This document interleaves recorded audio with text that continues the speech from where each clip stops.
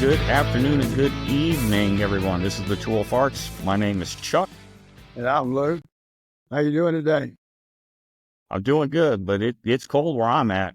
Well, it's not too cold here. It's 68, I guess, but I'm pretty damn nippy.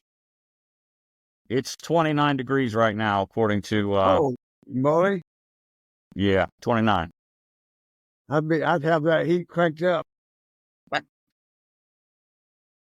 I'd have to have some warmers on my fingers and some on my toes. It says snow shower. It says 32, but feels like 21. But it says 29 degrees. So it's going to get down, according to the app. Let's see here. 4, 5, 6 o'clock in the morning, it's going to be 22 degrees. Holy moly. I hope you're prepared for that. Yeah, that's why I brought 2 bags, not just because it's 2 weeks. And it said business casual. So, I brought some sport jackets and probably more than I need, but better be prepared than unprepared. Yeah. Check yourself closely. I didn't tell you, but on our trip, somebody stole my sunglasses. I have Ray-Ban sunglasses, but the prescription that I paid for.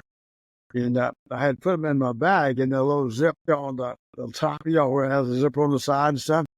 I put them in there. And I didn't take them out while we were on our trip. When I got home, I was unpacking and I couldn't find them. So I said, well, maybe I left them. So I've checked everything. Nope. So either on the way up there or on the way back, one. Because I didn't check them while we were, in the hotel or anything. Luckily, I've got another pair. I had a pair that I bought. Those were replacements, so I'm still good without having to go buy some more. That's quite unfortunate. Yeah, it is. Yeah, it just goes to show when people want something, they're just going to take it. Yeah, but to unzip your bag and take a look, it's... When you go through customs and stuff, and they may, that because it's in that dark case, maybe it just showed up, an image, and I can understand why they'd open it up, but to check, But you didn't have any carry-ons, did you? No, I didn't have anything to carry on. It was all checked. Yeah, so somebody had to have unzipped your bag to take a look. So, anyway, that's just kind of where it was. It could be worse, I guess. Yeah, that's unfortunate. So what are you up to? You had a concert this weekend, right?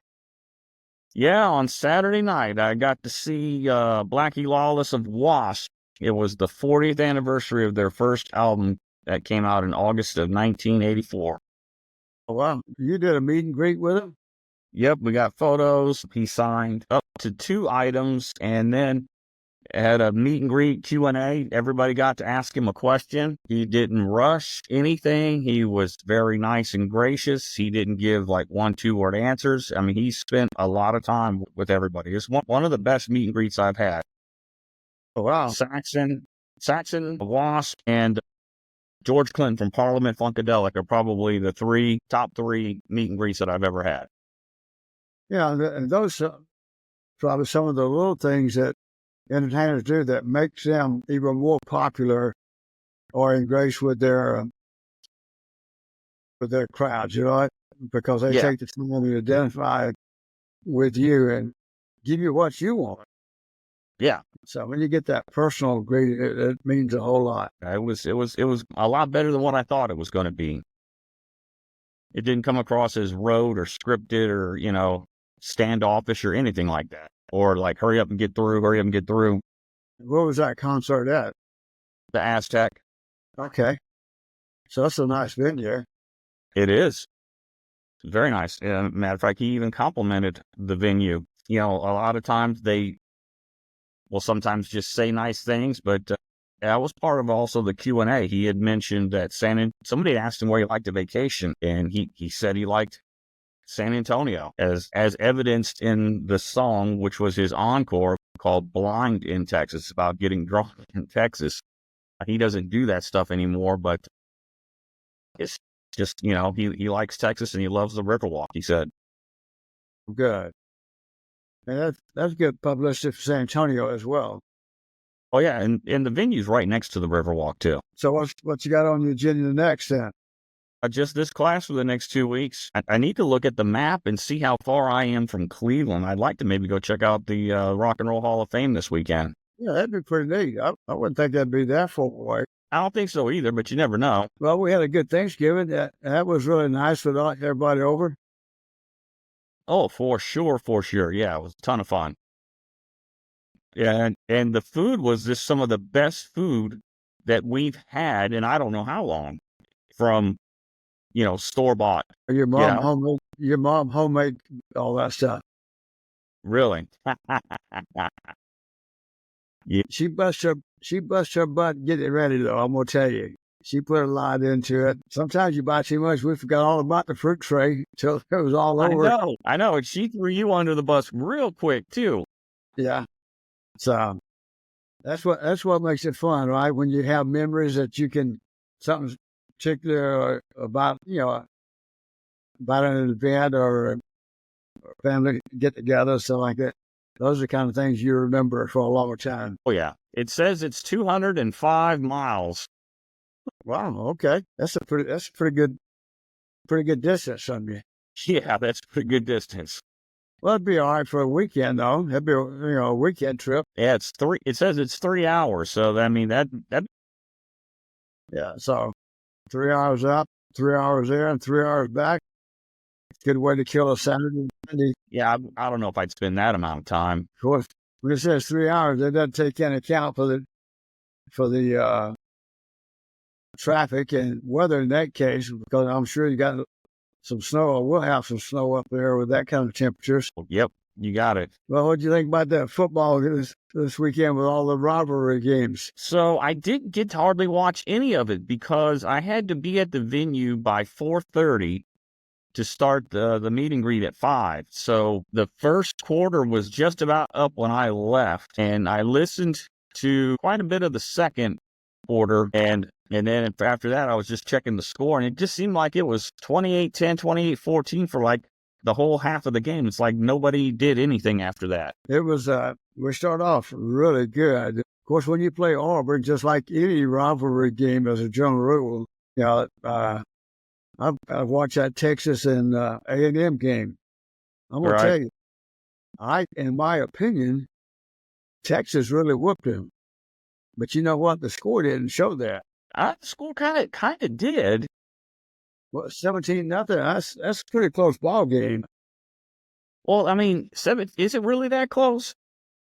Well, to me it was when I watched the game because they had opportunities, but both teams were able to stop the other team when they needed to. Texas, I don't have all the statistics, but best I can remember, they were able to move that ball pretty good. But it was like bend but don't break, and it was stand tall. I think when you hold Texas to 17 points in a game, that's pretty damn good with what they have this year. But it's been, I think they said 13 years since they've played that game. Mm-hmm. It's on the road for Texas, and it's Sark's in his fourth year now? Yeah. And this is A&M's first year head coach. There's just a lot of those variables when you stack them up. Texas Texas is now in the SEC. They're the top dog, so everybody's got their sights on them right now.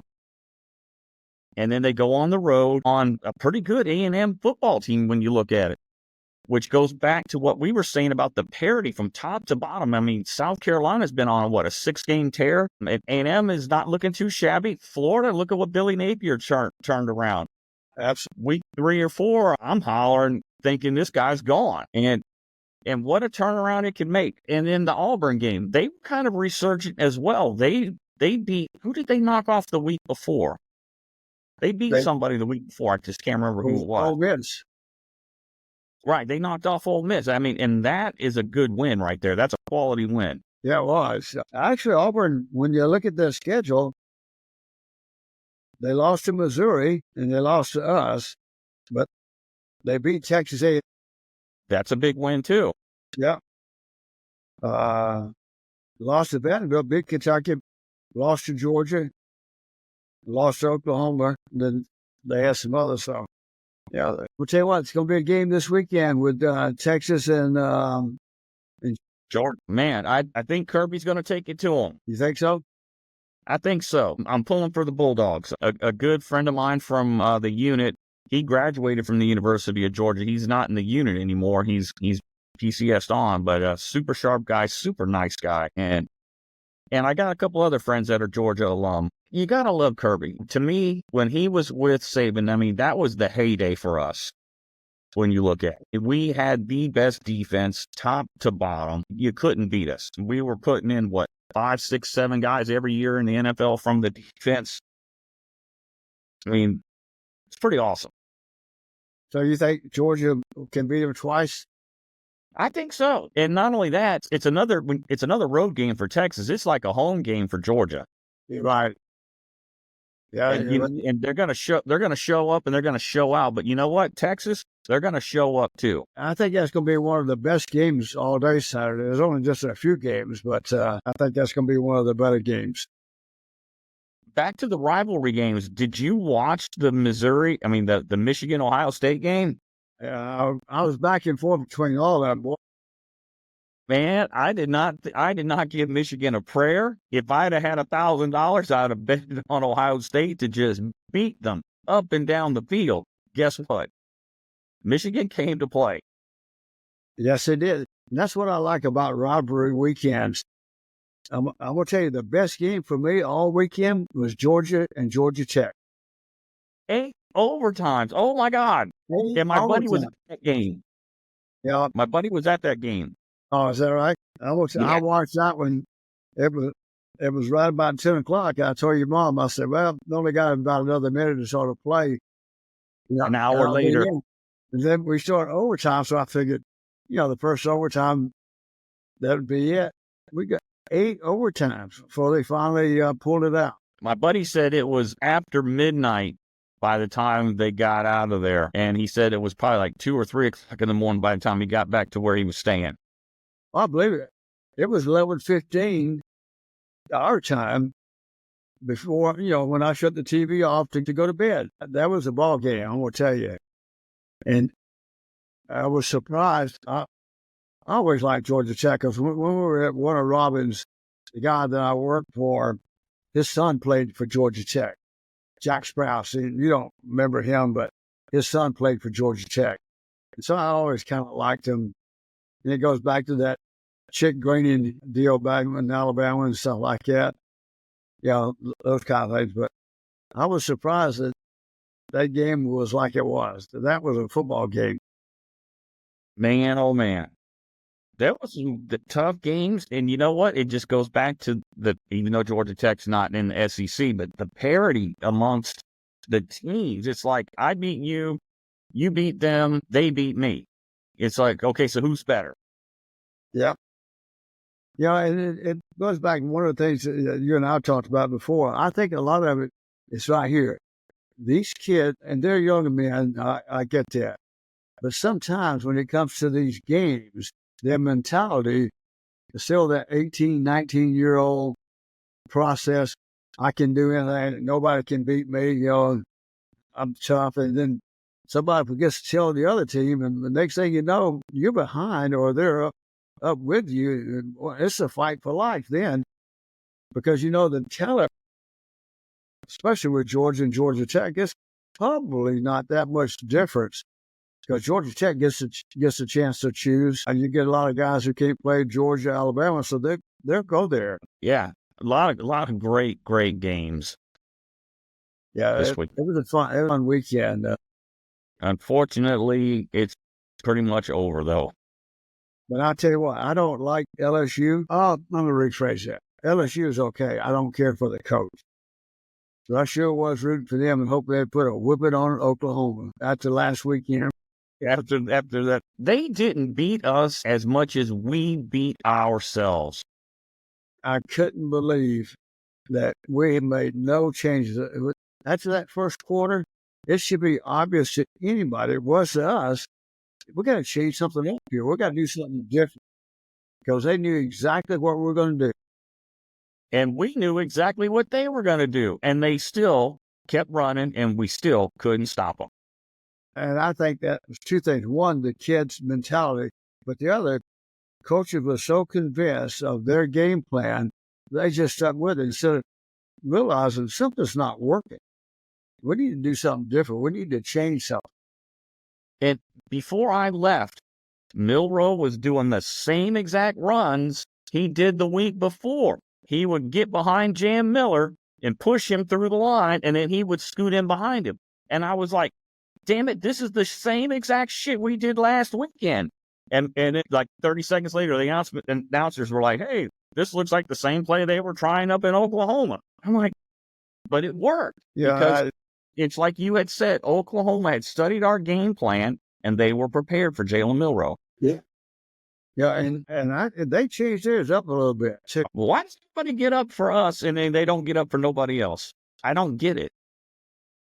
I think that's a good thing. I think that means we're back on the right path because that's the way it's always been. Everybody gets up for us where they get up for nobody else. When you have that kind of threat's probably not the right word, but that kind of demeanor and that people fear you, you know you're going down the right path. And we did what I thought we'd do. They moved into the number 11 spot in the AP and the coaches poll. So I'm hoping tomorrow night when the polls come out that we fall into that number 12 spot and get into the playoffs. Or I think we're in the 11th spot. Well, we're in 11 on the AP and the FCS, but the BCS polls won't be out until tomorrow night. Right. So do you think we'll be 11 or 12? I do. I really think so, simply because of strength of schedule. I've read a couple of articles over the weekend and talked about strength of schedule, and one of them showed we had like the 9th or 10th or 11th toughest schedule in the whole, in the whole process. Right. Everybody. So I'm hoping that will do. Yeah, we beat Georgia. Georgia is back into the hunt, and they beat Texas, win the SEC. I think that's 1-2. That if Georgia wins, they're going to knock us out. Do I? If Georgia wins, we're out because Texas will replace us, won't they? Texas won't drop down that far. I don't think that will have any effect on how we're placing it. I think will be Arizona State and a couple of those two, because Arizona State plays Iowa State this weekend for that conference championship. And if Arizona State lose, I think that will help us. I don't think Arizona State's going to lose, though. I don't either. They're pretty solid. They're peaking at the right time as well. But you know what? Those two teams at Iowa and Iowa State, every year, they're always fairly consistent, 6-7 wins, and they play good, solid football. I like the coach at Iowa State. So we'll find out. So it depends on how these conferences fall out this weekend, with the championship or something like that. It's going to be good. Yes, it will. So what else is going on? That's it. Just this class. I don't have anything else projected for the rest of the month. No concerts either, except Christmas, New Year's, and my wife's birthday at the end of the month. That's it. That's unusual. Usually you have one at least every other week or something. Yeah, but I've been kind of slowing it down a little bit this year, especially towards the latter part. I'm being a little choosier, and because frankly, it's a lot of the same bands that are coming through that I've seen, and frankly, for those type of bands, I'm like once, twice, and I'm good. So I'm being a little more particular, but Saxon's coming around next year. I love Saxon. I'm going to see them. If they come, if Iron Maiden comes, I'm always going to be there. If Overkill comes, I'm always going to be there. And a buddy of mine, when I saw him at the Iron Maiden concert, he asked me to get us tickets to see Saxon. So we're going to see Saxon. And then there's this old punk band from England called The Damned. They technically had the first single record out before the Sex Pistols did. So technically they had the first punk single out in 1976, I want to say, or maybe it was 77. I can't remember. But at any rate, they're touring. They're going to be at the Paper Tiger next year, and I think they're going to be there in May. Got my ticket already. I'm ready to go. But so already next year, we've got tickets to see February. Nope. We got tickets in March, right, to go see See, Yep, blackberry smoke at the end of March. yeah. And we got a porch table for that one. Okay. That'd be good to have the porch table in March and maybe knock off some of that wind, block off some of that wind. Yeah, yep. So in May, Mackenzie graduates college. I got The Damned on a Wednesday night. When? In February, we got Gary Clark Jr. I don't think I've got it on the schedule. I don't think I've got it on my calendar. So yeah, Brendan and I and another couple, we're going to go see Gary Clark Jr. on February 20 at the Aztec. Okay. So it's not on the calendar. Let me put it on there. Yeah, it's pretty exciting. Mackenzie's graduating and she's getting ready to start her next chapter of her life and working towards her master's in her field. And your other niece is starting her master's degree at Arizona State in January. Working, so pretty proud of both of my granddaughters. I'm proud of all of my granddaughters, but those two in particular, with that getting out and going out to that master's degree, pretty impressive. Kaylee and Erica are doing really good, and I'm just so pleased with what Erica and Sam's doing out there. And I got to check on her beehive, see what she's doing with the bees. Yeah, because it's pretty dang cold out there this time of the year. Yep. So we're starting to get to that point where we're starting to ramble. So it's probably a good time to wrap it up.